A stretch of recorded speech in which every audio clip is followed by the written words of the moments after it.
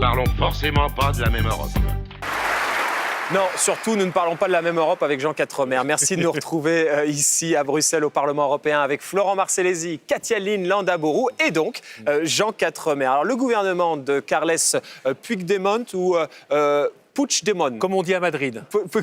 Le putsch du démon. Voilà. C'est vrai que ça, c'est la version madrilène. En tout cas, son gouvernement a donc proclamé mardi la République indépendante de Catalogne, mais il a aussitôt suspendu. En fait, son but, c'est d'obliger l'Espagne à ouvrir des pourparlers avec lui afin d'obtenir soit une indépendance négociée ou alors une plus grande autonomie dans le cadre d'une Espagne fédéralisée. Mais si la Catalogne proclame son indépendance, pourra-t-elle rester dans l'Union européenne? La réponse de Juan Cuatro Mares de Libération.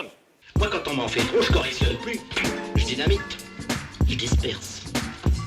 Je ventile. Les indépendantistes catalans l'affirment, s'ils deviennent indépendants, ils resteront dans l'Union et dans l'euro, puisqu'ils y sont déjà. En réalité, c'est peu probable. Même s'il n'y a aucun précédent, les États européens qui se sont scindés depuis la chute du communisme ayant eu le bon goût de le faire avant d'adhérer à l'Union. En fait, il y a deux cas de figure. Imaginons que Madrid ne reconnaisse pas l'indépendance de la Catalogne. Elle restera donc de facto dans l'Union, puisqu'elle ne sera pas un État indépendant reconnu comme tel par la communauté internationale. La Catalogne pourra certes s'organiser en État de fait, en imaginant que Madrid laisse faire, mais elle n'aura aucune voix dans l'Union. C'est l'Espagne éternelle qui continuera à représenter les intérêts espagnols à Bruxelles et la Catalogne devra appliquer les décisions qui seront prises sans elle, sans qu'elle ait son mot à dire. Une sorte de statut norvégien si l'on veut. Imaginons maintenant que Madrid reconnaisse l'indépendance de la Catalogne et la notifie à Bruxelles, comme la France l'a fait avec l'indépendance du département algérien en 1962. La Catalogne sera alors un nouvel État européen. Comme l'État successeur sera l'Espagne et que seule l'Espagne a signé le traité de Rome, en bonne logique, la Catalogne se retrouvera en dehors de l'Union et de l'euro. Mais cela ne se fera pas du jour au lendemain. Il faudra d'abord que l'Espagne modifie sa constitution pour permettre un nouveau référendum d'autodétermination légale, celui-là, puis que la Catalogne et l'Espagne négocient un traité de séparation, ce qui s'annonce ardu, puis qu'enfin les liens avec l'Union soient rompus. Et là, on ne sait pas trop comment on fera, puisque le cas ne s'est jamais présenté, surtout pour un territoire qui appartient à la zone euro. On n'est pas dans le cas du Brexit, où c'est un État membre qui décide de partir. Là, c'est une région qui quitte un État membre.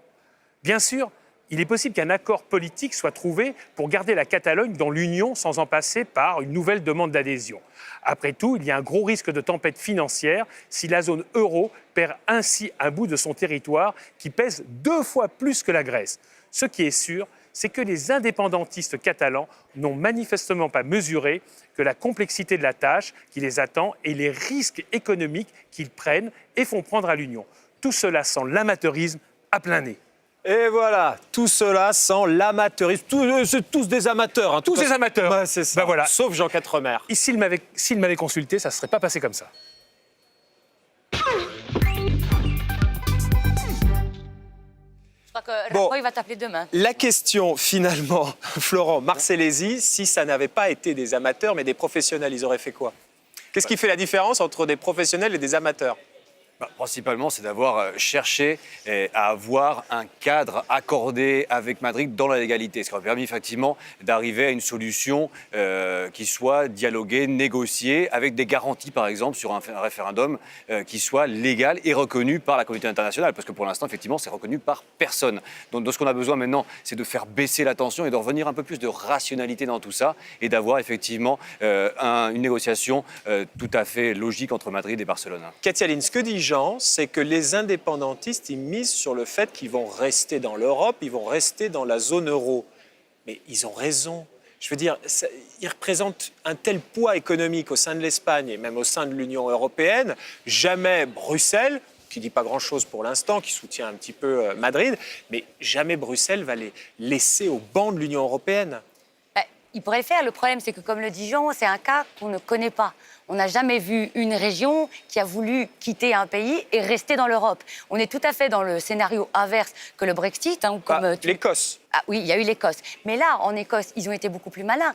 Et les Britanniques ont été beaucoup plus malins parce qu'ils ont négocié, ils ont accepté ce référendum et le référendum a été rejeté. Enfin, l'indépendance a été rejetée. Et c'est ce qu'aurait dû faire Madrid et c'est ce que devra faire Madrid.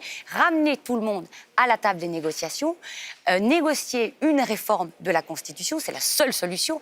Et une fois cette réforme négociée, mais peut-être pas seulement avec les Catalans, peut-être aussi avec les Basques, peut-être aussi avec la Galice, et une fois que cette réforme constitutionnelle aura été négociée, alors là, donner la possibilité à ceux qui le veulent, et ils ne le feront peut-être pas tous, d'organiser un référendum. Et là, à mon avis, le résultat du référendum serait très différent de ce qu'il a été la dernière fois, dimanche dernier. Hugues Baudouin est allé à la rencontre d'un eurodéputé irlandais du Sinn Féin. Il s'appelle Matt Carthy et il s'en prend à l'hypocrisie, selon lui, de l'Union européenne.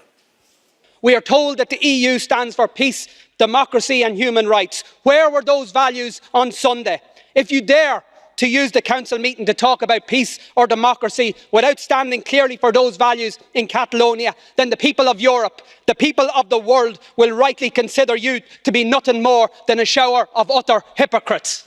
Voilà. Les Européens sont des hypocrites parce que c'est vrai que les Européens aiment bien donner des leçons de morale au monde entier. Mais là, Bruxelles, Florent Marcellesi, ne pipe mot. Ils peuvent rien faire. Enfin, Bruxelles est intervenu de façon assez diverse. Par exemple, on a eu Donald Tusk qui est intervenu, donc on sait très bien qu'il président du Conseil européen, le Polonais. Exactement. Donc le principal, c'est de voir que Bruxelles a deux façons d'intervenir. En public, comme ils l'ont fait, mais je pense aussi en coulisses, ce qui est en train de se passer certainement. Et on espère effectivement qu'ils ont entendu le message, parce que c'est pas juste un problème catalan, parce que c'est un problème catalan pour commencer, c'est pas juste un problème espagnol, c'est aussi même un problème européen, parce qu'il y a vraiment un effet domino qui pourrait avoir, une véritable contagion sur le reste de l'Europe. Et on a besoin que l'Union européenne, d'une façon ou d'une autre, soit présente là-bas, non pas forcément pour médier, mais au moins pour avoir cette capacité de mettre les gens autour de la table. Simplement, ce qu'on a besoin, c'est de reprendre le dialogue entre Madrid et Barcelone, et aussi que les Catalans, entre eux, se mettent d'accord. Parce que souvent, on oublie ça. En fait, c'est pas juste un conflit entre Madrid et Barcelone, c'est principalement un conflit entre Barcelone et Barcelone. Moi, je pense que Bruxelles est intervenue d'une façon peut-être un peu symbolique, mais ça a eu de l'effet. Regardez, Puigdemont, il a quand même finalement dit qu'il n'a pas déclaré, il a déclaré l'indépendance, mais il a dit qu'il... Donc le ton est beaucoup plus conciliant.